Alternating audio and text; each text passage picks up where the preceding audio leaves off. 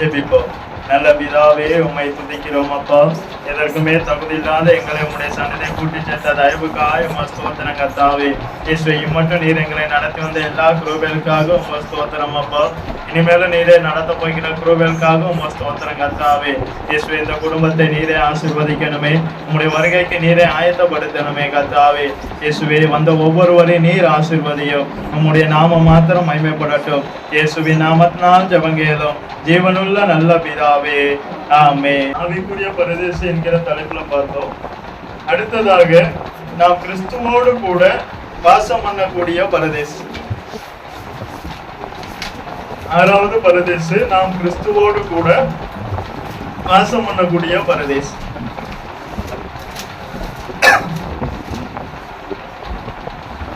ஆவிக்குரிய பரதேசிலே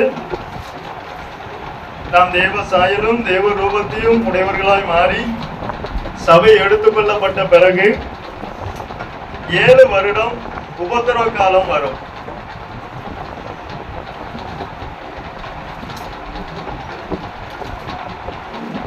தேவ சாயலிலும் தேவ ரூபத்திலும் சபை எடுத்துக்கொள்ளப்பட்ட பிறகு 7 வருடம் உபத்திரவ காலம் வரும்.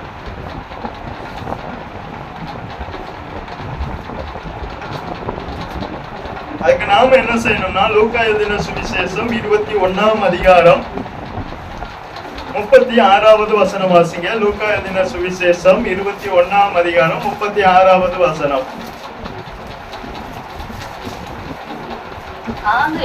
ஆகையால் இனி சம்பவிக்க போகிற அந்த 7 வருட உபத்திரவ காலம், இனி சம்பவிக்க போகிற இவைகளுக்கு எல்லாம் நீங்கள் தப்பி மனுஷகுமாரனுக்கு முன்பாக நிற்க பாத்திரவான்களாய் எண்ணப்படுவதற்கு எப்பொழுதும் ஜெபம் பண்ணி விழித்திருங்கள் என்றார். இனி நாம செய்ய வேண்டியதெல்லாம் எப்பொழுதும் ஜெபம் பண்ணி விழித்திருக்கணும், ஆயத்தமா இருக்கணும்.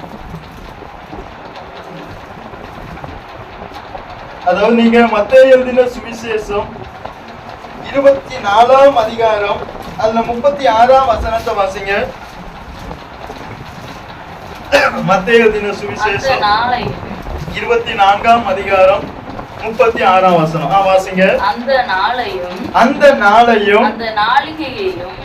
நாளிகையையும் இயேசு எந்த நாள்ல வருவான்னு தெரியாது, எந்த நாளிகையில வருவான்னு தெரியாது.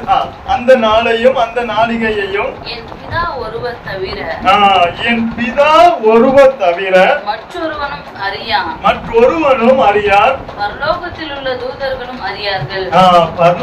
உள்ள தூதர்கள் கூட அதை அறியார்கள், குமாரனும் அதை அறியான்னு போட்டிருக்கு. அப்ப இயேசு எந்த நாள்ல வருவார், எந்த நேரத்துல வருவார்னு தெரியாது. ஆதலால் எப்பொழுதும் ஜெபம் பண்ணி என்ன செய்யணும், விழித்திருக்கணும். நீங்க 43ஆம் வசனத்தை வாசிங்க. 42, 43 வாசிங்க. உங்கள் ஆண்டவர் இன்ன நாளிகையிலே வருவார் என்று நீங்கள் அறியாதிருக்கிறபடியினால் விழித்திருங்கள். நாம ஏன் ஜெபம் பண்ணி விழித்திருக்கணும்னா, இயேசு எப்ப வருவார்னு தெரியாது, அதனாலதான் வரல. ஏன்னா நமக்கு தெரிஞ்சா நம்ம என்ன செய்ய மாட்டோம், இத்தனாம் தேதி தான் வருவார், ஆனா அந்த டைம்ல நம்ம என்ன செஞ்சா போதும். ஆனா இப்பவே நாம இன்னும் எப்படி இருக்கோம், இயேசு எப்ப வரலன்னு சொன்னாலுமே நம்ம இன்னும் என்ன செய்யல, விழித்திருக்கல.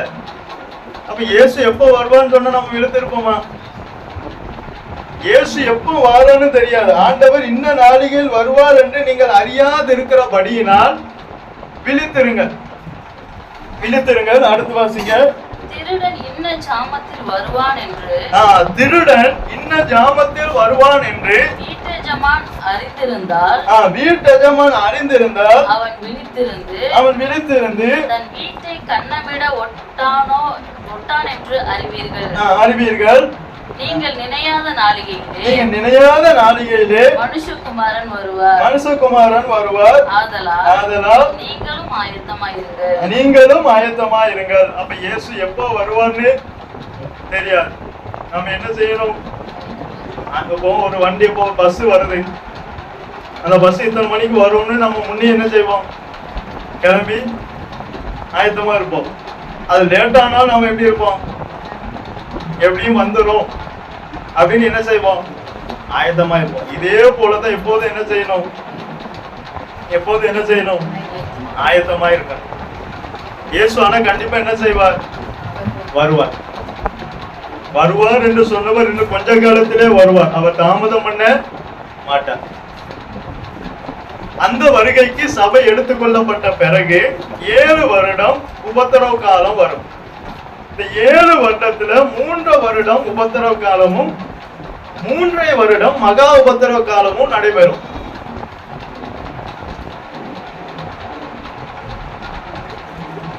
மூன்று வருடம் உபத்திரவ காலமும் 3 வருடம் மகா உபத்திரவ காலமும் நடைபெறும்.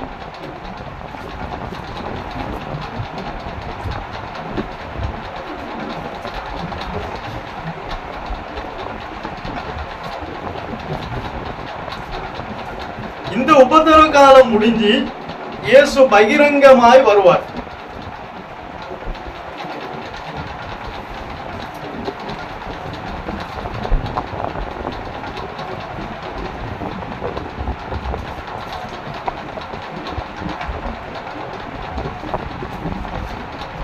ஆயிரமான பரிசுத்தவான்களோடு கூட வருவார்.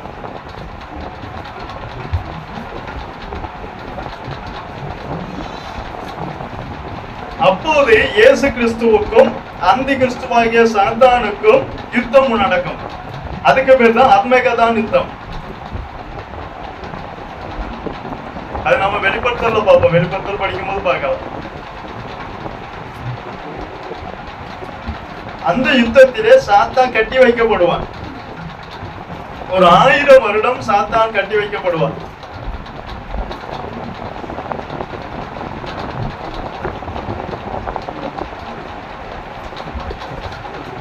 சாத்தானை கட்டி பாதாளத்திலே போட்ட பிறகு இயேசுவோடு கூட நம்ம 1000 வருஷம் ஆளுகை செய்வோம். அதுக்கு பேர் தான் நாம் கிறிஸ்துவோடு கூட வாசம் பண்ணக்கூடிய பரதேசம்.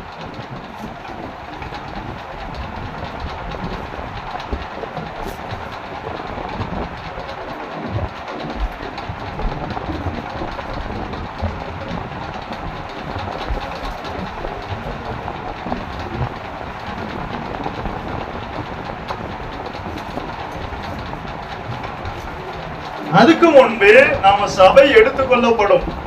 அந்த சபை எடுத்துக்கொள்ளப்படுவதற்கு முன்பே நாம எப்படி இருக்கணும், அதுதான் இன்னைக்கு நாம என்ன செய்ய போறோம் பார்க்க. எப்படி இருந்தாதான் நம்ம 1000 வருடம் என்ன செய்ய முடியும்? அவரோடு கூட ஆளுகை செய்ய முடியும். அதனால சபை எப்படி இருக்கணும் பாருங்க. மத்தேயு எழுதின சுவிசேஷம் 5ஆம் அதிகாரம் 14ஆம் வசனம். இது 1வது பாயிண்ட். மத்தேயு எழுதின சுவிசேஷம் 5ஆம் அதிகாரம் 14வது வசனம். நீங்கள் உலகத்துக்கு வெளிச்சமாய் இருக்கிறீர்கள். இயேசு நம்மை உலகத்தில் இருந்து பிரித்தெடுத்து, நம்ம எங்க இருந்து பிரித்தெடுத்தார்? உலகத்தில் இருந்து. நான் உலகத்தார் அல்லாதது போல நீங்களும் உலகத்தார் அல்ல. அப்ப உலகத்தில் இருந்து நம்ம என்ன செஞ்சார்? பிரித்தெடுத்தார். பிரித்தெடுத்து நம்ம எப்படி மாற்றிருக்கார்? உலகத்துக்கு நம்ம தான் வெளிச்சம். நாம உலகத்தை போல மாறக்கூடாது. உலகத்துக்கு தான் நாம என்ன செய்யணும்? வெளிச்சமா இருக்கு. இந்த வெளிச்சம் இருளை எல்லாம் என்ன செய்யும்? வெளிச்சமாக்கும். இயேசுவினுடைய வருகையில் நாம் எடுத்துக்கொள்ளப்படணுமானால் நாம எப்படி இருக்கணும்? இன்னும் வெளிச்சம் பிரகாசிக்கணும்.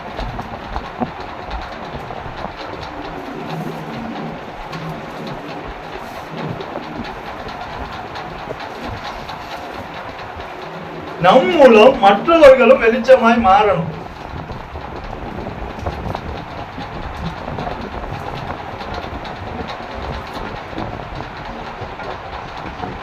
ஏன்னா உபத்திரவ காலத்திலே ஆவிக்குரிய வெளிச்சம் இருக்காது. ஏன்னா வெளிச்சமா இருக்கிற தேவனுடைய பிள்ளைகள் எடுத்துக்கொள்ளப்பட்டதுனால அந்த உபத்திரவ காலம் 7 வருட உபத்திரவ காலத்திலே ஆவிக்குரிய வெளிச்சம் இருக்காது. சுவிசேஷத்தின் ஒளி இருக்காது.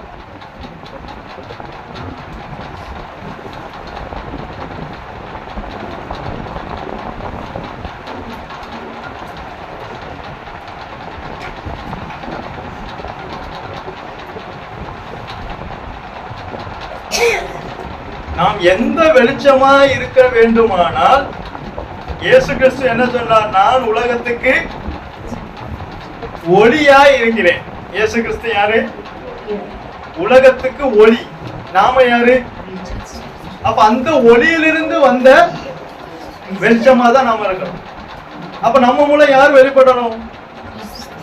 இயேசு கிறிஸ்து தான் வெளிப்படணும். இப்ப இந்த லைட் இருக்கு, இந்த லைட்ல இருந்து வெளிச்சம் வரணும்னா என்ன செய்யணும்? இந்த லைட்டுக்குள்ள என்ன இருக்கு? லைட்டுக்குள்ள ஒளிக்குள்ளதான் என்ன இருக்கு? இப்ப இது என்னது? லைட்டு. இந்த லைட்டுனா என்னது தமிழ்ல? ஒளி. இந்த லைட்டை சுவிட்ச் போட்டான்னு என்ன வருது? ஒளி. லைட் வருதா வெளிச்சம் வருதா? வெளிச்சம் வருது. இந்த வெளிச்சமா தான் நாம இருக்கணும். யோவான் அப்போஸ்தலன் சொல்லுவாரு, யோவான் 1 அதிகாரத்துல, நான் அந்த ஒளி அல்ல. அத வாசிங்க, யோவான் 1 அதிகாரத்துல இருக்குமே, 4 வசனம் 5 வசனம். எத்தனை வசனம்? நான் அந்த ஒளி அல்ல. யோவான் 1 அதிகாரத்துல இருக்க.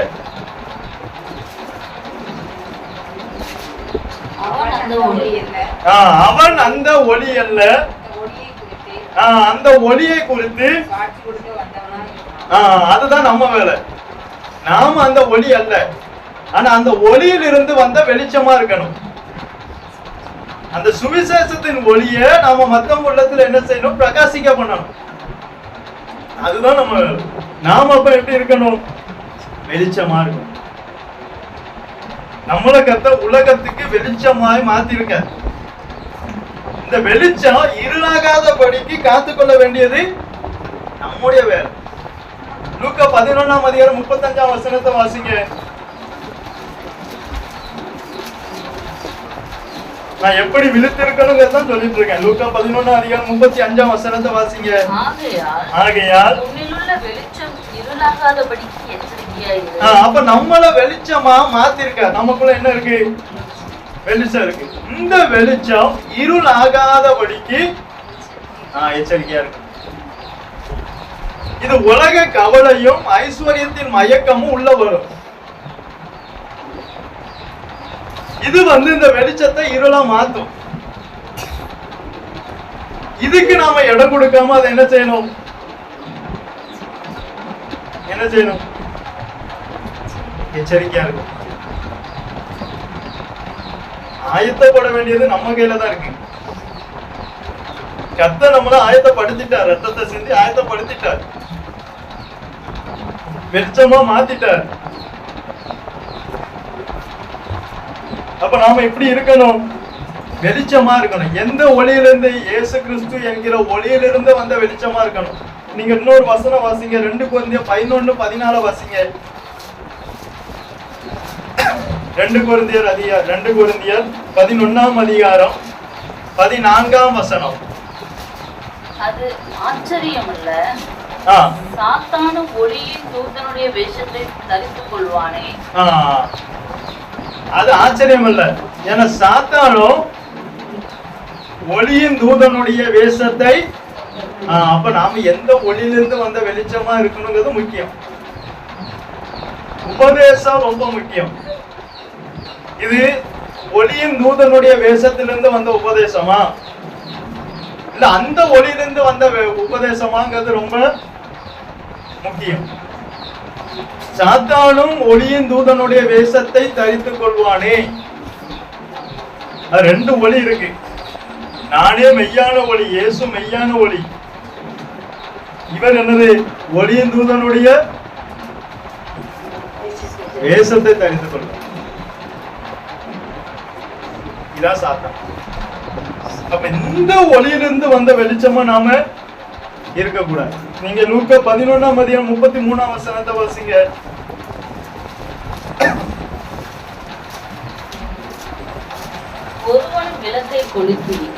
ஒருவனும் விளக்கை கொளுத்தி மறைவிடத்திலாவது மரக்காலின் கீழே எழும்பி பிரகாசி உன் ஒளி வந்தது. எப்பவே வந்துட்டு நம்ம ஒளி மத்தேயு சுவிசேஷம் 3ஆம் அதிகாரத்திலே வந்துட்டு. ஆனா இங்க என்ன சொல்லுது? அது வாசிங்க அந்த வசனத்தை. மத்தேயு லூக்கா 11:33. ஒருவனும் விளக்கை கொளுத்தி மறைவிடத்திலாவது மரக்காலின் கீழேயாவது வைக்காமல் உள்ளே வருகிறவர்கள் வெளிச்சம் காணும்படி. ஒரு வீட்டுக்குள்ள வந்தாங்க, என்ன காணணும்? என்ன வெளிச்சம்? அந்த ஒளியிலிருந்து வந்த வெளிச்சம், அதை காணும்படி அதை விளக்குத்தண்டின் மேல் வைப்பான். அப்ப உள்ள வரும்போது வெளிச்சத்தை பார்க்கணும். அப்ப நாம எப்படி இருக்கணும்? வெளிச்சமா. நீங்க நைட்டு நேரம் இந்த மலையில எல்லாம் ஏறும்போது பாத்தீங்கன்னா ஒவ்வொரு வீட்லயும் என்ன இருக்கும்? சின்ன சின்ன வெளிச்சம். இதே போலதான் நாம இருக்கும். நம்ம வீட்டுல எப்படி இருக்கணும்? வெளிச்சமா இருக்கும். இந்த வெளிச்சம் இருளாகாதபடிக்கு என்ன செய்யணும்? இயேசு ஏன் சபையை உண்டாக்குனார்? சபையை வச்சார். இந்த வசனம் தான் இந்த வெளிச்சத்தை அப்பப்ப என்ன செய்யும்? பிரகாசிக்கப்படும், அதிகரிக்கும். அதுக்காக தான் வசனத்தை உள்ள அனுப்புங்க சொல்ல காரணம். அதுதான் வெளிச்சத்தை என்ன செய்யும்? பிரகாசிக்கப்படும்.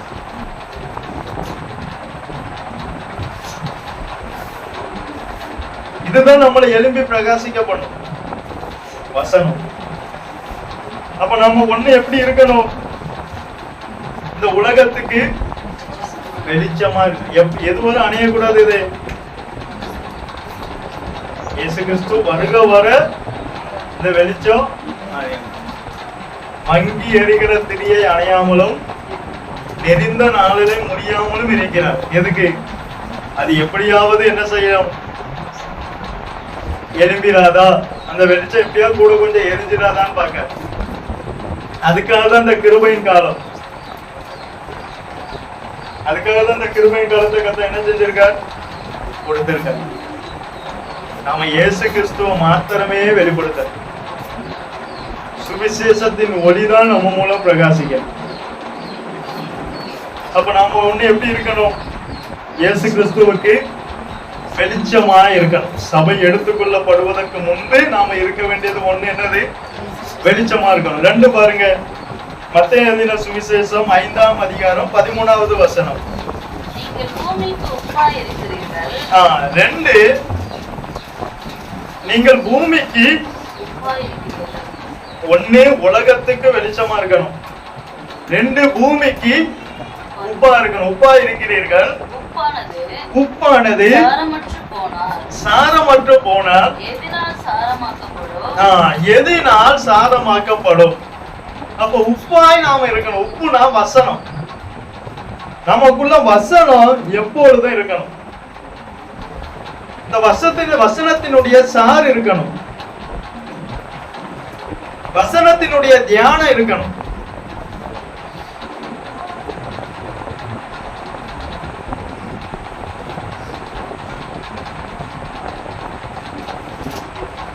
இந்த தியானம் குறையக்கூடாது. நீங்க 119ஆம் சங்கீதம் 23ஆம் வசனத்தை வாசிங்க. தாவீது என்ன சொல்றாரு பாருங்க. நாம எப்படி இருக்கோம், தாவீது எப்படி இருக்காரு பாருங்க. 119ஆம் சங்கீதம் 23வது வசனம்.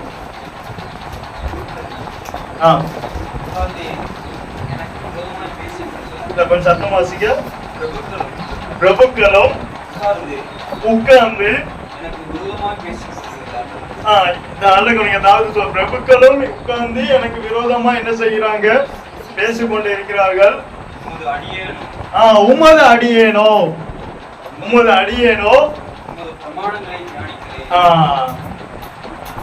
அப்ப அவர் எப்படி இருந்திருக்காரு பாருங்க. இந்த அளவுக்கு அவர் பிரித்தெடுக்கப்பட்டவரா இருந்திருக்கார். அந்த தியானம் குறையல. அவர் சொல்றார், கர்த்தாவே உம்மை தியானிக்கும் தியானம் இனிதான் இருக்கும். அவரை தியானிக்க இனிதான் இருக்கும். அவ்வளவு சந்தோஷம். இன்னொரு அனுபவத்தை சொல்ல பாருங்க. 104 சங்கீதம் 34 வசனத்தை வாசிங்க. 104 சங்கீதம் 34 வசனம். நான் அவரை தியானிக்கும் தியானம் இனிதாயிருக்கும். நான் அவரை தியானிக்கும் தியானம் இனிதாயிருக்கும். நான் கர்த்தருக்குள் மகிழுவேன். இவனால மாத்திரம்தான் கர்த்தருக்குள்ள எப்போதும் சந்தோஷமா இருக்க முடியும். அவரையே தியானிச்சுட்டே இருக்கணும். அவனாலதான் கர்த்தருக்குள்ள எப்போது எப்படி இருக்க முடியும்?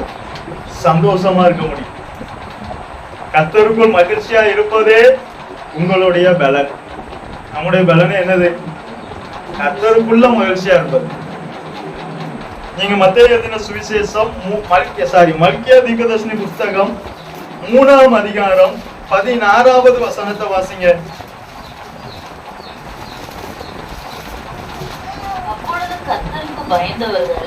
அப்பொழுது கர்த்தருக்கு பயந்தவர்கள் ஒருவரோடு ஒருவர் பேசிக் கொள்வார்கள். கர்த்தர் கவனித்து கேட்பார். கர்த்தருக்கு பயந்தவர்களுக்காகவும் அவருடைய நாமத்தை தியானிக்கிறவர்களுக்காகவும் ஞாபக புஸ்தகம் ஒன்று அவருக்கு முன்பாக எழுதப்பட்டிருக்கிறது. இவங்களுக்காக என்ன எழுதியிருக்காரு? ஞாபக புஸ்தகமே எழுதியிருக்காரு. இவன் எப்போது என்ன செய்தான்? தியானிச்சுக்கிட்டே இருக்கான். மெடிடேஷன். கர்த்தருக்கு பயப்படுகிற பயமும் இருக்கணும், கர்த்தருடைய வசனத்தை தியானிக்கவும் செய்யும். இவனுக்காக ஞாபக புஸ்தகத்துல எழுதி வச்சிருக்காரு இவன் பேரு. நம்ம இங்க நம்ம பேர் வராதா, அங்க நம்ம பேர் வராதான்னு பார்க்கணும். ஆனா நம்ம வசனத்தை தேர்ச்சா நம்ம பேர் எங்க இருக்கு? மொத்தம் 5 புஸ்தகம் இருக்கும். அங்க ஞாபக புஸ்தகத்துல நம்ம பேர் இருக்கு. வசனத்தை தியானிச்சா தியானிக்கிற அங்க வாசிக்காத. கர்த்தருக்கு பயந்தவர்கள் ஒருவரோடு ஒருவர் பேசிக் கொள்வார்கள். கர்த்தர் கவனித்து கேட்பார். கர்த்தருக்கு பயந்தவர்களுக்காகவும் அவருடைய நாமத்தை தியானிக்கிறவர்களுக்காகவும் ஞாபக புஸ்தகம் ஒன்று அவருக்கு முன்பாக எழுதப்பட்டிருக்கிறது. அவருக்கு முன்பாக வச்சு எழுதிருக்காரு. இவன் எனக்கு பயப்படுதான், இவன் என் வசனத்தை தியானிக்கான், அதெல்லாம் எழுதுதான். ஒவ்வொன்றுக்கும் ஒவ்வொரு புஸ்தகம் இருக்கு. கர்த்தருக்கு பயப்படுகிறவர்கள் ஒருவரோடு ஒருவர் அதை அவர் கவனித்து கேட்கணும். என்ன பேசணும்? நான் போன வாரம் சொன்னேன், நம்ம கர்த்தருக்கு உண்மையாவே பயந்தா என்ன பேசிட்டு இருக்கோம்? ஒருவரோடு ஒருவர்.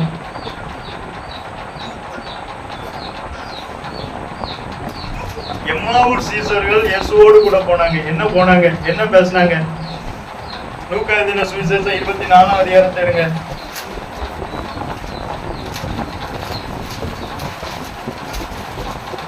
அதுல இருக்குமே.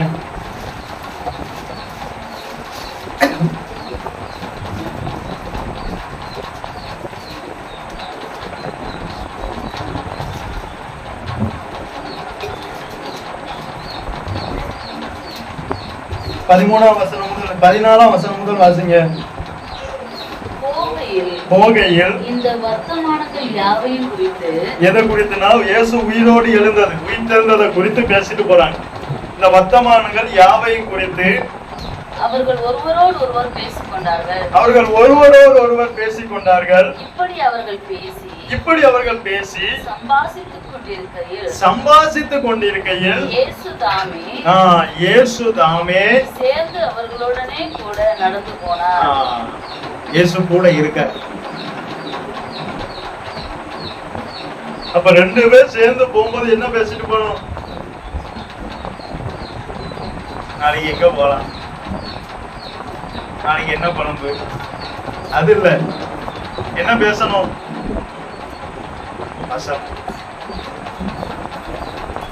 இயேசுவை குறித்து பேசினால் இயேசுவும் அவர்களுடனே கூட நடந்து வருவார். நம்மளோடு கூட இயேசுவும் நடந்து வருவார்.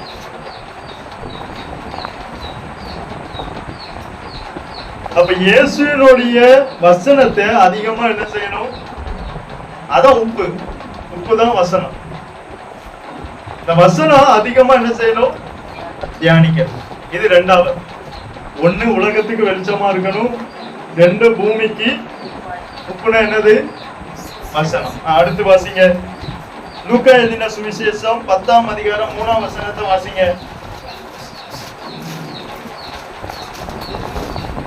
லூக்கா எழுதின சுவிசேஷம் புறப்பட்டு போங்கள், ஆட்டுக்குட்டிகளை ஓநாய்களுக்குள்ளே அனுப்புவது போல. ஒண்ணு நாம உலகத்துக்கு வெளிச்சமா இருக்கணும், ரெண்டு பூமிக்கு உப்பா இருக்கணும், மூணு ஆட்டுக்குட்டியா இருக்கணும். எப்படி இருக்கணும்? ஆட்டுக்குட்டியா இருக்கணும். எதுக்குள்ள இருக்கணும்? ஆட்டுக்குட்டியா ஓநாய்களுக்குள்ள. நம்மள எங்க வச்சிருக்க? இந்த உலகம் ஒரு ஓநாய்க்கு ஒப்பிட்டு சொல்ற. ஆனா நாம எப்படி இருக்கணுமா? ஆட்டுக்குட்டியா தான் இருக்கு. ஓநாயதான் ஆட்டுக்குட்டியா மாத்தணுமே தவிர நாம எதாவது மாறக்கூடாது. ஓநாயா மாறக்கூடாது. நாம சில நேரம் எதாவது மாறிடுவோம். ஆட்டுக்குட்டினா எப்படி? இயேசு அதிகமா செம்மறியோட தான் சொல்லுவார். அந்த ஆடு எப்படி இருக்கும்? அந்த ஆடு எப்படி இருக்கும்? இயேசு எப்படி இருந்தார்? வையப்படும் போது பதில் வையாமலும். நாம என்ன செய்வோம்? இங்க ஒரு வார்த்தை பேசினா அங்க இருந்து 2 வார்த்தை வரும். அவிசுவாசியை விட ரொம்ப அதிகமா பேசுறது யாரு? நாம.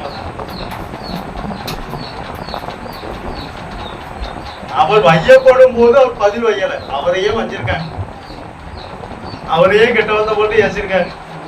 நம்மளே ஏச மாட்டாங்களா? மாம்சமும் ரத்தமும் தேவனுடைய ராஜ்யத்தை சுதந்திரிப்பது இல்லை. அந்த மாம்சமும் ரத்தமும் இன்னும் நம்மகிட்ட இருந்தா நாம பதிலுக்கு பதில் தான் செய்யணும்.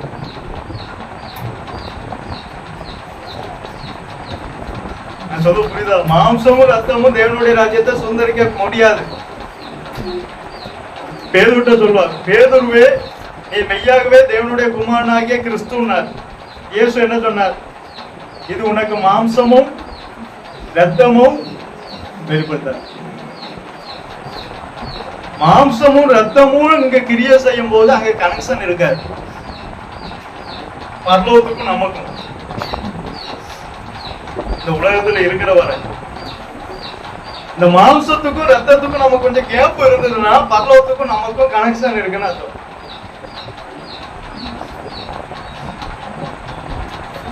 தானியேலுக்கு அப்படிதான் இருக்கு.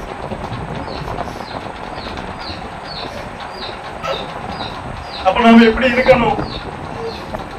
ஆட்டுக்குட்டியா இருக்கணும். ஆட்டுக்குட்டி என்ன செய்யாது? தீங்கு கூட நினையாது. செம்மறியாடு எப்படி இருக்கும்? என்ன மழை பெஞ்சாலும் பாருங்க எப்படி இருக்கும்.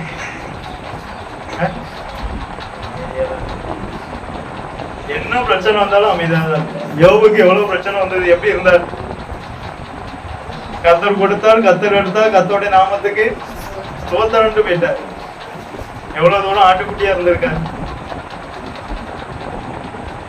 நமக்கு ஒண்ணு கிடைக்கலனாலும் நாம என்ன சொல்லுவோம்? இவரை தேடி, கர்த்தரை தேடி என்ன பிரயோஜனம்? அப்படிதான் நம்ம சொல்லுவோம். ஓனாயா மாறிட்டோம், ஆட்டுக்குட்டியா இருக்கோம். திடீர்னு என்ன வந்தது? ஓனாய் வந்தது. நீங்க ஒரு வசனத்தை வாசிங்க. மத்தேயு 7:15 வாசிங்க. மத்தேயு எழுதின சுவிசேஷம் 7ஆம் அதிகாரம் 15ஆம் வசனத்தை வாசிங்க. கள்ள தீர்க்கதரிசிகளுக்கு எச்சரிக்கையா இருங்கள். கள்ள தீர்க்கதரிசிகளுக்கு எச்சரிக்கையா இருங்கள். அவர்கள் ஆட்டுத்தோலை போர்த்துக்கொண்டு உங்களிடத்தில் வருவார்கள். உள்ளத்திலோ அவர்கள் பட்சிக்கிற ஓநாய்கள். உள்ளத்துல ஓநாய் இருக்கக்கூடாது. ஓநாயினுடைய சுபாவம் உள்ளம் ஆட்டுக்குட்டியினுடைய சுபாவமா இருக்கணும்.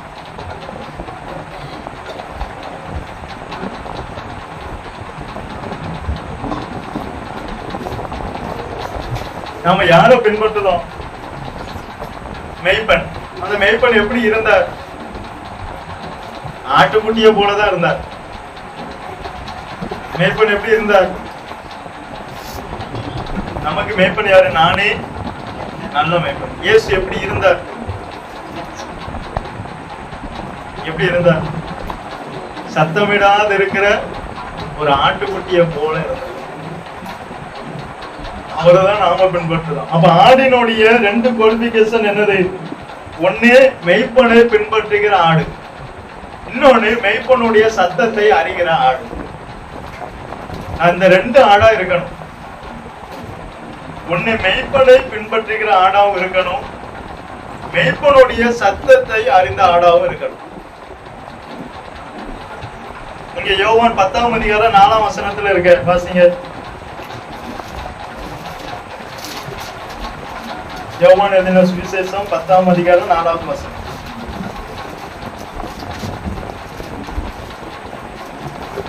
அவன் தன்னுடைய ஆடுகளை வெளியே விட்ட பின்பு அவைகளுக்கு முன்பாக நடந்து போகிறான். ஆடுகள் அவன் சத்தத்தை அறிந்திருக்கிறபடியினால். அப்ப மேய்ப்பன் எங்க இருக்காரோ அங்க யாரை பார்க்கலாம்? அப்ப இயேசு எங்க இருக்காரோ அங்க நம்மள என்ன செய்யலாம்? பார்க்கணுமே. இயேசு எந்த கூட்டத்துல எந்த வீட்டுக்கு போனாலும் அங்க நம்மளும் இருக்கணும். அதான் ஆடுகள். அதான் மெய்ப்பனை பின்பற்றுகிற ஆடுகள். மெய்ப்பன் எங்க இருந்தாலும் ஆடு அங்க இருக்கும். இங்க என்ன போட்டிருக்கு? 10ஆம் அதிகாரம் 4ஆம் வசனம். அவைகளுக்கு முன்பாக நடந்து போகிறான். ஆடுகள் அவன் சத்தத்தை அறிந்திருக்கிறபடியினால். நாம இன்னும் அவருக்கு பின் செல்ல முடியல. சில நேரம் அவருடைய சத்தத்துக்கு நாம என்ன செய்ய மாட்டோம்? செவி கொடுப்பது இல்லை. நீங்க நல்ல ஒரு மெய்ப்பன் எங்க இருக்காரோ அங்க ஆடு கண்டிப்பா இருக்கணும். இயேசு சர்ச்சைக்கு வந்தாலும் நம்மளும் என்ன இல்லை, சர்ச்சைக்கு காணும். இயேசு மேய்ப்பன் சர்ச்சில் இருக்கார், ஆடுகளை சர்ச்சில் காணும். அப்ப எங்க மேய்ச்சல் இருக்கும்? அப்ப எப்படி அது மேய்ஞ்சி வளரும்? நம்ம ஆடு மேயுது, அது வேற. நாம மெய்ப்பன் இருக்கிற இடத்துல ஆடு கண்டிப்பா வரணும். மெய்ப்பனுடைய சத்தத்தை அறிந்திருந்தார்.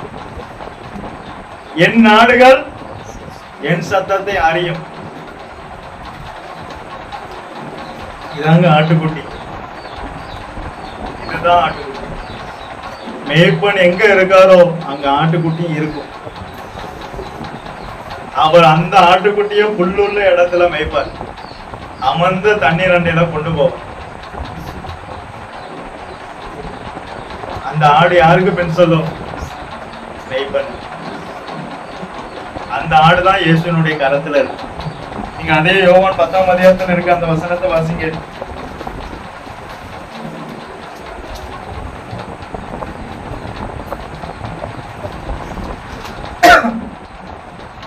பதினெட்டாம் வசனத்தை வாசிங்க. ஒருவனும் அதை என்னிடத்திலிருந்து எடுத்துக்கொள்ள மாட்டான். என்னிடத்திலிருந்து எடுத்துக்கொள்ள மாட்டான். நானே அதை கொடுக்கிறேன். நானே அதை கொடுக்கிறேன். அதை கொடுக்கவும் எனக்கு அதிகாரம் உண்டு.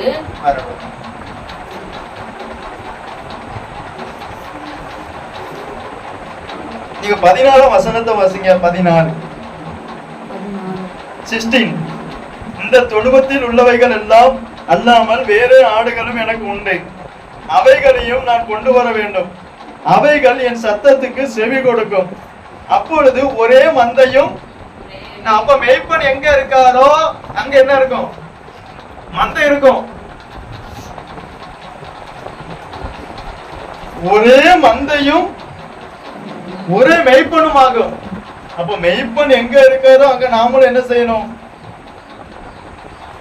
நாமளும் என்ன செய்யணும்? அங்க இருக்கணும். அது வராது லேஸ்ல. ஏன்னா நாம இல்லையே. இயேசு சர்ச்சில் இருந்தா நாமளும் சர்ச்சில் இருக்கணும். ஏன்னா மேய்ப்பன் ஆடுகளை தேடுவார். மேய்ப்பன் ஆடுகளை அறிந்திருக்கிறார். என்னை விட பாரம் அவருக்கு உண்டு. நான் விசாரிக்கணும் இல்லையோ, நான் தேடுதேன் இல்லையோ, மெய்ப்பன் தேடுவார். இன்னைக்கு என் மகனை காணுமே, என் ஆடை காணுமென்னு தேடுவார். அவருடைய பாரத்தை நாம அறியல. அதான் என் சத்தத்தை அந்த ஆடுகள் அறிந்திருந்தால் எனக்கு பின் சென்று வரும். நாம அவருடைய சத்தத்தை அறியல, அவருடைய பாரத்தை அறியல, அவருடைய வேதனையை நாம அறியல. அதனால தான் நம்மால அவருக்கு பின் செல்ல முடியல.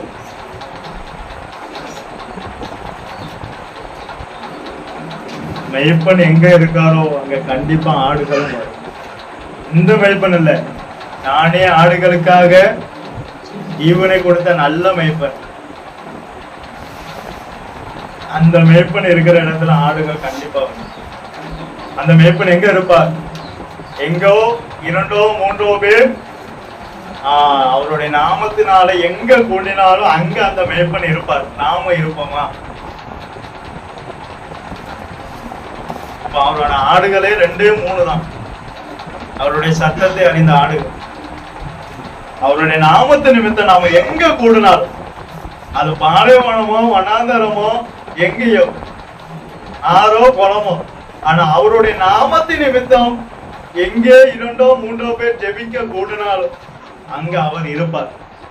சொன்னது யாரு? அவர் இருப்பார். அங்க ஒரே மந்தையும் ஒரே மேய்ப்பனும் ஆகும். அப்ப 2 3 என்னது? நாம அவருடைய ஆடுகளாய். அவருடைய ஆடுகள் என்ன செய்யும்? அவருக்கு பின் செல்லும். அவருடைய சத்தத்தை நாம அறிந்தால் மாத்திரமே என்ன செய்ய முடியும்? அவர் பின் செல்ல முடியும். மெய்ப்பனுக்கு தான், ஆடுகளுக்கு தான் தெரியும் மெய்ப்பனுடைய சத்தம் எதுன்னு. சில ஆட்டை கூடுவாங்க மெய்ப்பன், அந்த ஆடுக்கு என்ன செய்யும்? இது என் மெய்ப்பனுடைய சத்தம்னு தெரியுமே. இப்ப எத்தனை மெய்ப்பர் கூட்டா ஆடு வரும்? வராது. செவி கொடுப்பது இல்லை. அவருடைய ஆதாரம் இருந்தது, ஆனா இப்ப செவி கொடுப்பது இல்லை. கேட்கும், ஆனா என்ன செய்ய மாட்டோங்க? செவி கொடுக்க மாட்டோம். அப்ப 4வது பாருங்க, உன்னத பாட்டு 2ஆம் அதிகாரம் 2ஆம் வசனத்தை வாசிங்க.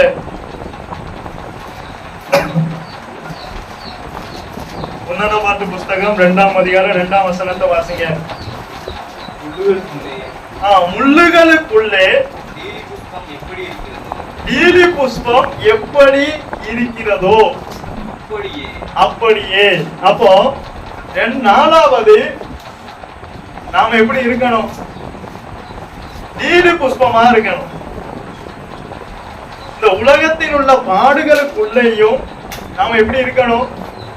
லீலி புஷ்பமா தான் இருக்கணும். நீங்க பிலிப்பியர் 1ஆம் அதிகாரம் 29ஆம் வசனத்தை வாசிங்க.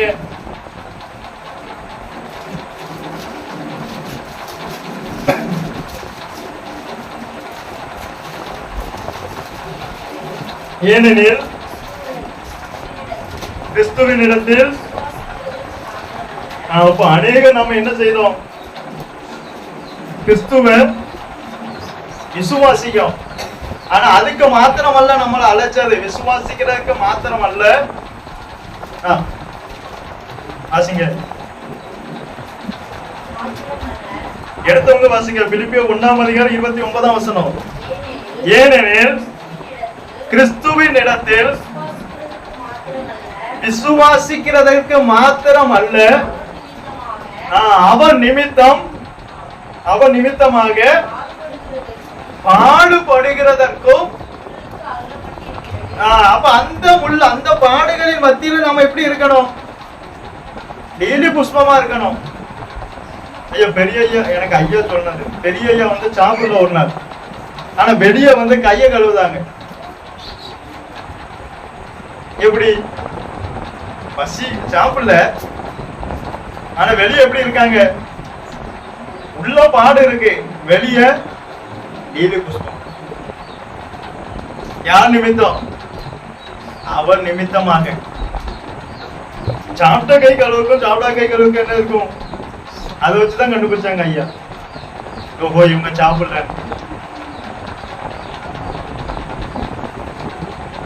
அப்படியெல்லாம் ஊழியம் செஞ்சாங்க. நமக்கு அந்த போடெல்லாம் கத்த தரல. ஆனா நாம இன்னும் என்ன செய்ய மாட்டோம் அவருக்காக. நாம என்ன சொல்லுவோம், என் பாடே பெரிய பாடா இருக்கு. சிலுவை என்பது பாவம் அல்ல, அவர் மேல் ஏற்றப்பட்ட சிலுவை நம்முடைய பாவம், நம்முடைய சாபம். ஆனா நமக்கு அவர் கொடுத்த சிலுவை என்னதுன்னு பாருங்க. மத்தேயு 16:24. மத்தேயு 16:24 வாசிங்க. அப்பொழுது இயேசு யார? சீசர்கள்னா யாரு? சீசர்னா யாரு? சீசர்னா யாரு? சீசர்னா யாரு? நாம தான். நாம லாபதானம் எடுக்கமா? எடுக்கமா? அப்ப யார் சீசர்? லாபதானம் எடுத்தது யாரு? சீசர் தானே எடுத்தாங்க. அப்ப நாம தான் சீசர். ஆனா அந்த சீசர் நோக்கி என்ன சொல்றாருன்னு பாருங்க. ஒருவன் என்னை பின்பற்றி வர விரும்பினால், ஒருவன் என்னை பின்பற்றி வர விரும்பினால் அவன் தன்னைத்தான் வெறுத்து, ஒருவன் அவரை பின்பற்றணும். ஆனால் முதலாவது அவன் என்ன செய்யணும்? தன்னை வெறுக்கணும். எவ்வளவு கஷ்டம். பரலோகராஜ்யம் நம்ம ஈஸியா பேர்லாம் நினைக்கிறோம். ஆனா இயேசு முதல் ஸ்டெப் என்ன வச்சுட்டாரு? அவன் என்ன பின்பற்றினாலே அவன் என்ன செய்யணும்? அவன் தன்னைத்தானே முதல்ல வெறுக்கணும். தன்னைத்தானே வெறுத்து அவனுக்கு ஒரு சிலுவை கொடுக்க. இந்த சிலுவை பாவம் அல்ல, சாபம் அல்ல, மரணம் அல்ல. இது பாடுகளை குறிக்கிறது. இது பாடுகள். கிறிஸ்துவோடு கூட பாடுபட்டால் நாம் கிறிஸ்துவோடு கூட ஆளுகை செய்வோம். இந்த சிலுவை பாடுகளை குறிக்கி. நாம் கிறிஸ்துவுக்காக பாடுபடணும். அவர் அவருக்குன்னு ஒரு பாடம் வச்சிருக்க.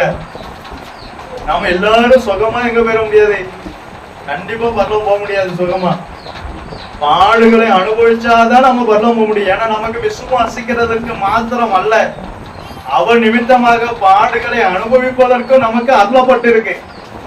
நமக்கு ஒரு சிலுவையை வச்சிட்டார். அந்த சிலுவையை எடுத்துக்கொண்டு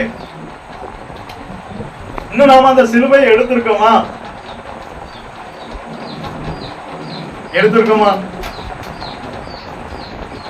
நமக்கு இன்னும் நம்ம பாடே போயல.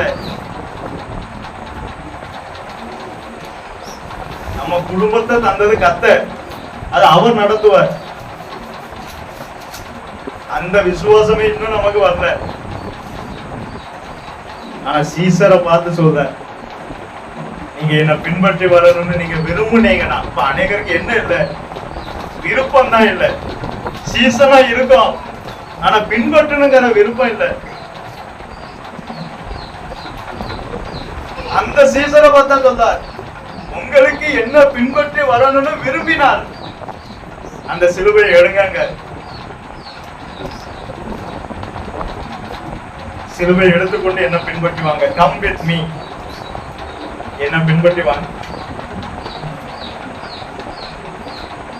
நமக்கு விசுவாசிக்கு மாத்திரம் அல்ல, அவரோடு பாடு அனுபவிப்பதற்கும் நமக்கு அருளப்பட்டிருக்கு. இயேசுவோடு கூட, இயேசுக்காக எதையும் செய்யுங்க, அது தப்பு இல்லை. நீங்க ஒரு வசனத்தை வாசிங்க. 1 பேதுரு 2ஆம் அதிகாரம்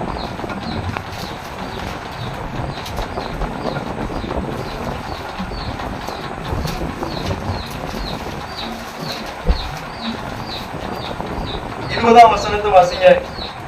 நீங்கள் குற்றம் செய்து அடிக்கப்படும் போது பொறுமையோட சகித்தால் அதனால் என்ன கீர்த்தியுண்டு. நீங்கள் நன்மை செய்து பாடுபடும் போது, நன்மை செய்து பாடுபடணும். என்ன செய்யணும்? இப்ப சுவிசேஷம் சொன்னது நிமித்தம் நமக்கு ஒரு பாடு வருது, இப்ப ஒரு நஷ்டம் வருதுன்னு வைங்க. இப்ப சுவிசேஷ ஊழியத்துக்கு வாரம், இப்ப உபாச கூட்டத்துக்கு வாரம், இதெல்லாம் நன்மைதான். உபாச கூட்டத்துக்கு எதுக்கோ வாரம், அது வரும்போது அன்னைக்கு ஒரு 400 ரூபாயோ 500 ரூபாயோ நமக்கு லாபம் கிடைக்கும். இந்த இப்படி நன்மை செய்யும் போது உள்ள பாடுபட்டா அந்த நஷ்டத்தை நாம அனுபவிச்சா அது எப்படியா? நன்மை செய்து பாடுபட்ட போது அத பொறுமையோடு சகிக்கணும். நமக்கு அதுதான் இல்ல, சகிப்பு தன்மை. எல்லாமே நன்மைதான். இயேசுவோடு கூட இருப்பது அதிக நன்மை. அந்த நன்மையை செய்து பாடுபட்டா, அந்த நன்மைக்காக நீங்க பாடுபட்டா, அத பொறுமையோடு சகித்தா, அதுவே தேவனுக்கு முன்பாக பிரியா இருக்கும். இந்த உலகத்துல எதுவும் கிடைக்காது, ஆனா தேவனுக்கு முன்பு அது பிரியமா இருக்கும். கர்த்தர் சந்தோஷப்படுவார். இதான் லீலை புஷ்பம். நமக்கு பாடு வச்சிருக்க. ஒவ்வொருவருக்கும் ஒவ்வொரு சிலுவை இருக்கு. சிலுவைன்னா பாவம் இல்ல, அது இயேசு சுமந்து தீர்த்த. நமக்கு வைக்கப்பட்ட சிலுவை என்னது? பாடுகள். சீசனுக்காக வைக்கப்பட்ட சிலுவை பாடுகள். ஒரு ஐஸ்வர்யான் வந்து இயேசுட்ட கேட்க, ஐயா நான் எல்லாமே செஞ்சுட்டேன், இனி நான் என்ன செய்யணும்? நித்திய ஜீவன் எனக்கு வேணும், நான் என்ன செய்யணும்? நீ என்ன சொன்ன? தரித்திரருக்கு கொடுத்து விட்டு உன் சிலுவை எடுத்துக்கொண்டு என்ன பண்ணு. அப்ப அவருக்கு என்ன உண்டு? பாடு. நம்ம அந்த பாடுதான் சகிக்க மாட்டோம். யாருக்காக? கிறிஸ்துவுக்காக. நன்மை செய்து பாடுபடுங்க. மாற்றுக்காக பாடுபடுறது இல்ல, கிறிஸ்துவுக்காக பாடுபடணும். எதை செய்தாலும் அவருடைய நாமம் மகிமைக்காக செய்யணும். பவுல் ஒரு நாள் ஆராதனைக்கு வருவதற்காக எல்லாத்தையும் நஷ்டம் பண்ணி என்னல, இந்த இவரை அறிகிற அறிவின் மேன்மைக்காக, அவர் அறியணும் என்பதற்காக அவளையும் நஷ்டம் பண்ணி என்னன்னா, எத்தனை கோடி யோசிங்க. அத்தனை கோடி இந்த புஸ்தகத்தை பார்க்கும்போது அவனுக்கு நஷ்டமும் குப்பையுமா தெரியுது. நம்ம இந்த புஸ்தகத்தை தான் அனுதினமும் சுமக்கும், அந்த புஸ்தகத்தை தான் அனுதினமும் வாசிக்கும். ஆனா இன்னும் உலகத்தின் மேன்மையும் இன்னும் உலகத்தின் இதையும் நமக்கு எப்படி தெரியல. நம்ம இன்னைக்கு கூட பாட்டு பச்சோம். என்ன பாட்டு பச்சோம்? உலக மேன்மை இன்பம் எல்லாம் இன்னும் மாறலையே, நமக்கு இன்னும் மாறல. ஆனா இதை படிக்கும். ஆனா இது அறிகிற அறிவின் மேன்மைக்காக, இதனுடைய மேன்மையை அறியறது. இதனுடைய மேன்மை, அவன் நன்மை செய்வான். அவன் கிறிஸ்துவுக்காக எந்த பாடுகளையும் சகிப்பான், பொறுமையோட சகிப்பான். அவன்கிட்ட பொறுமையோட சகிப்பான். நன்மைனா என்னது? நன்மை எல்லாருமே நன்மைதான். சுவிசேஷம் அறியப்போது நன்மைதான். நீங்க கர்த்தருக்காக சர்ச்சுக்கு வருவது நன்மைதான். சபை எங்களுக்காக இல்ல, கர்த்தருக்காக வரணும். பரலோகம் போகணும்னா வாங்க, நன்மை செய்து பாடுபடுங்க. அது உங்க தேவனுக்கு முன்பாக அது பிரியமா இருக்கும். கடைசி காலத்துக்கு ஆயத்தமாக வேண்டிய சபை இப்படி இருக்கணும். சிலுவையை எடுத்துட்டோமா? இல்ல, நம்ம குடும்பத்தினுடைய பாரத்தை தான் நாம சுமந்துக்கிட்டே இருக்கோம். கிறிஸ்துவினுடைய சிலுவையை நாம என்னைக்கு சுமந்தோம்? அவருடைய படகுல நாம ஏறிட்டோம்னா நம்மள கரை போய் சேர்க்க வேண்டியது கர்த்தர். நம்ம பிள்ளைகள் எல்லாம் கரை சேர்க்கிறது அவர். நம்மள கரை சேர்க்கறதே அவர் தான். அப்ப நாம ஏன் கவலைப்படணும்?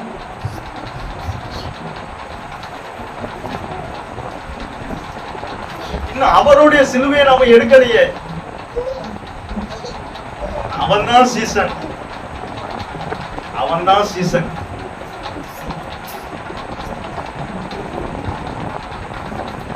அவன் இன்னும் இந்த உலகத்தை பார்த்து பார்த்து பார்த்து பார்த்து ஓடிட்டு இருக்கோம்.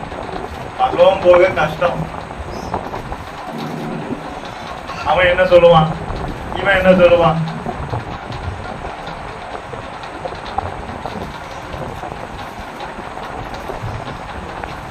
கொஞ்சம் யோசிங்க. சீசன் என்ன செய்யணும்? சிலுவையை கண்டிப்பா சொல்லணும். சிலுவை எடுத்துக்கொண்டு என்னை பின்பற்றி வர கடவுள். அவன் அதுதான் ஆடுகள். ஆடுகளுக்கு என்ன உண்டு? பாடு உண்டு. ஆனா அந்த பாடுகளிலும் அது ஓனாயா மாறக்கூடாது. அதான் முக்கியம். சில நேரம் நம்ம கிறிஸ்துவுக்காக பாடும்போது வெறுப்பு வரும், ஓனாய மாறிடக்கூடாது. துக்கம் வரும், ஓனாய மாறிடக்கூடாது. ஆடுகளுக்கு என்ன உண்டு? மாடு உண்டு. அவரை பின்பற்றி வரணும்னு விரும்பினீங்கன்னா, இயேசுவே சொன்னார், விரும்பினார், கட்டாயம் இல்லை. நீ விரும்பினா உன் சிலுவை நீ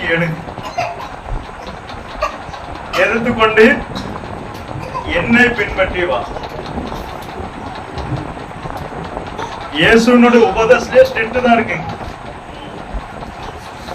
அங்க சைடா வளைஞ்சி இந்த பக்கம் வளைஞ்செல்லாம் இல்லை பாருங்க. நீ பின்பற்றி வர விரும்புனா உன் சிலுவை எடுத்துக்கொண்டு என்ன பின்பற்றி வா. அதோட முடிஞ்சது சாப்டர். அதுக்கு மேல ஒரு வார்த்தையும் சொல்லல. எப்ப நீ வாரையா, ஏன் நிக்க, ஏன் எடுக்காம இருக்க, ஒண்ணும் கேட்கல பாருங்க. சொல்லிட்டு வேலை முடிஞ்சது. நீ வந்தா ஆசீர்வாதம். இதாங்க இயேசு. ஆனா இயேசு நம்ம தப்பா புரிஞ்சுக்கிடுவோம். அவருடைய உபதேசம் இப்படி இருக்குன்னு நினைப்போம். இயேசு ஆனா ஐஸ்வர்யவனை பார்த்து என்ன சொன்னா தெரியுமா? இருதயத்துல அவன் மேல அன்பு கூர்ந்து. வாயில உபதேசம் சத்தியம், ஆனா இருதயத்துல அன்பு இருந்தது. அவனை எங்க கொண்டு போகணும்? பரலோகத்துக்கு. நாம அந்த உபதேசத்தை கட்டி இயேசு அப்படிதான் நினைக்கும். ஆனா இருதயத்துல அன்பு கூர்ந்தார் அந்த ஐஸ்வர்யவன் மேல. ஏன்னா அவனை எங்க கொண்டு போகணும்? பரலோகத்துக்கு கொண்டு போகணும். அதுக்காக தான் அந்த சத்தியத்தை கொடுக்க. சத்தியத்தை கொடுப்பது எதற்கு? பரலோகத்துக்கு வழி நடத்துவதற்கு. நான் சத்தியத்தை சொன்னனால எனக்கு ஒரு லாபமும் இல்லை. நான் அவரை மகிமைப்படுத்துறேன், அதான் லாபம். ஆனா நீங்க பரலோகம் போகணும், நாம எல்லாருமே பரலோகம் போகணும். நம்ம அம்மாவுக்கு ஒரு சிலுவை இருக்கு, அது பொறுமையோடு சகிங்க. எல்லாத்துக்குமே பாடு இருக்கு. நாம பாடுற பாடு சொல்லல, நன்மை செய்து பாடுபடணும். இப்ப நம்ம சுவிசேஷத்துக்கு போகும்போது வீட்டுல ஏதாவது சின்ன பாடுகள் வரும், சின்ன கஷ்டங்கள் வரும், சில இழப்புகள் வரும். அதை என்ன செய்யணும்? பொறுமையோட. அப்பந்தான் ரொம்ப பொறுமை. பாடு வரும், சில நஷ்டங்கள் வரும், கஷ்டங்கள் வரும். ஆனா நன்மை செய்கிறதை சோர்ந்து போகாதுங்க. நன்மை செய்வதில் என்ன செய்யக்கூடாது? சோர்ந்து போக கூடாது. நீங்க கர்த்தருக்கா ஒரு நன்மை செஞ்சீங்கன்னா அதை சோர்ந்து போகாம செய்யுங்க. சுவிசேஷ அறிவிக்கலாம் செய்யுங்க. இவங்க சமையல் பண்ண வராங்க, அது நன்மைதான், செய்யட்டும். நான் செஞ்சேன்னா தான் இவ்வளவு தூரம் நிக்கேன். நான் செய்யாம இங்க வரல, அதெல்லாம் செஞ்சுதான் நான் வந்தேன். செய்யட்டும், அது நன்மை. அந்த நன்மையெல்லாம் செய்யும் போது சில பாடு வரும். ஆனா அதை பொறுமையோடு சகித்தா தேவனுக்கு முன்பு அது சந்தோஷம். மனுஷங்களுக்கு முன்பு சந்தோஷமா இருக்கான்னு தெரியாது, ஆனா தேவனுக்கு முன்பு அது சந்தோஷம். பொறுமையோடு செய், அது நமக்கு பாரமா இருக்காது. நன்மை செய்து பாடுபடுங்க. அதான் ஆட்டுக்குட்டியினுடைய சுபாவம். அது ஓனாயா மாறிடக்கூடாது. நன்மை செய்கிறதுலே கொண்டு போகாது. மொத்தம் எத்தனை பார்த்திருக்கோம்? மொத்தம் எத்தனை பேர் பார்த்திருக்கோம்? 4 பார்த்திருக்கோம். என்னதான்? உலகத்துக்கு வெளிச்சம், பூமிக்கு உப்பு 3, ஆட்டுக்குட்டி 4, நீல புஷ்பம் 4வா நம்ம இருக்க. நம்மளும் இப்படி வச்சிருக்க.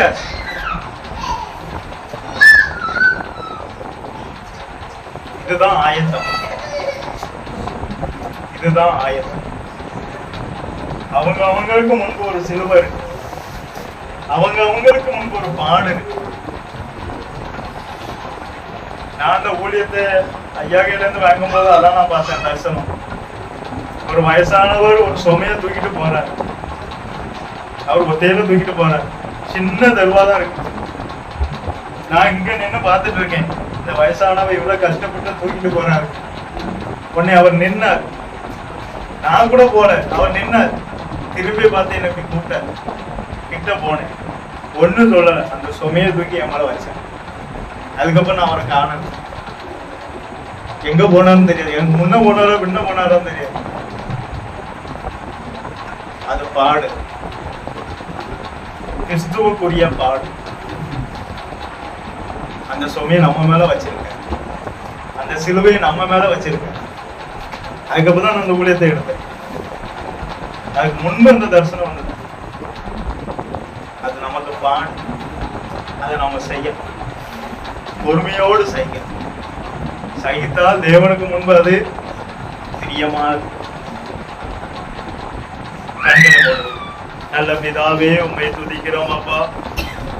எதற்குமே தகுதியில்லாத எங்களை உம்முடைய சந்நிதியை கூட்டி சேர்த்த தயவுக்காய் உம ஸ்தோத்திரம் கர்த்தாவே. நீர் எனக்கு கொடுத்த வார்த்தை நான் அவர்களுக்கு அப்படியே கொடுத்தேன் அப்பா. கர்த்தாவே, இனி சம்பவிக்க போகிறவர்களுக்கெல்லாம் நாங்கள் தப்பி மனுஷகுமாரனுக்கு முன்பாக நிற்க, இந்த உலகத்துல எந்த மனுஷனுக்கு முன்பாக நாங்கள் நின்றலாம்ப்பா. ஆனா உமக்கு முன்பாக நிற்க எங்களுக்கு ஒரு பாத்திரம் வேணும் கர்த்தாவே. அந்த பாத்திரவான்களா எங்களை மாற்றுவதற்கு நாங்கள் எப்பொழுதும் ஜெபம் பண்ணி விழித்திருக்க எங்களுக்கு கிருபை தாரும். நாங்கள் உலகத்துக்கு வெளிச்சமா இருக்கணுமே, எங்களுடைய வெளிச்சம் இருளாகாத படிக்கு எச்சரிக்கையா இருக்க எங்களுக்கு கிருபை தாரும். நாங்கள் பூமிக்கு உப்பா இருக்கணும் அப்பா. உங்களுடைய வசனத்தை தியானிக்கிற தியானம் எவ்வளவு இனிதா இருக்கும் கர்த்தாவே. அதை தியானிக்கிறவர்களுக்காக ஞாபக புஸ்தகமே எழுதுகிறீரே அப்பா. அந்த புஸ்தகத்தில் எங்களுடைய பெயரும் எழுதப்பட கிருபை செய்யும் கர்த்தாவே. நாங்கள் கர்த்தாவே இந்த உலகத்துக்கு கர்த்தாவே ஒரு ஆட்டுக்குட்டியா இருக்க எங்களுக்கு கிருபை செய்யும் அப்பா. எக்காரணத்தை கொண்டு எங்களுடைய உள்ளத்துல நாங்கள் பச்சிக்கிற ஓனாயா மாறிடக்கூடாது கர்த்தாவே. நாங்கள் எப்பொழுதும் கர்த்தாவே புதிதாய் பிறந்த குழந்தையை போல நாங்கள் இருக்க எங்களுக்கு கிருபை செய்யும் அப்பா. கர்த்தாவே, நாங்கள் எப்பொழுதும் நீலி புஷ்பமா இருக்க கிருபை செய்யும் கர்த்தாவே. நீர் எங்களுக்கு ஒரு பாடுகளை வைத்திருக்கிறீர் அப்பா. அந்த பாடுகளை நாங்கள் சந்தோஷமாய் பொறுமையோடு சகித்து கர்த்தாவே அதை உமக்காக சகிக்க எங்களுக்கு கிருபை தாரும் கர்த்தாவே. உம்முடைய வருகைக்கு எங்களை ஆயத்தப்படுத்தும். நீரே வந்த ஒவ்வொருவரை ஆசீர்வதியும். உம்முடைய நாமம் மாத்திரம் மகிமைப்படட்டும். இயேசுவின் நாமத்தினால் ஜெபங்கேளும் ஜீவனுள்ள நல்ல பிதாவே, ஆமென். என் ஆத்மாவே கர்த்தரை சோதரி, என் முழு உள்ளமே பரிசுத்த நாமத்தை சோதரி. என் ஆத்மாவே கர்த்தரை சோதரி, கர்த்தர் செய்த சகல உபகாரங்களையும் மறவாதே. ஆமென்.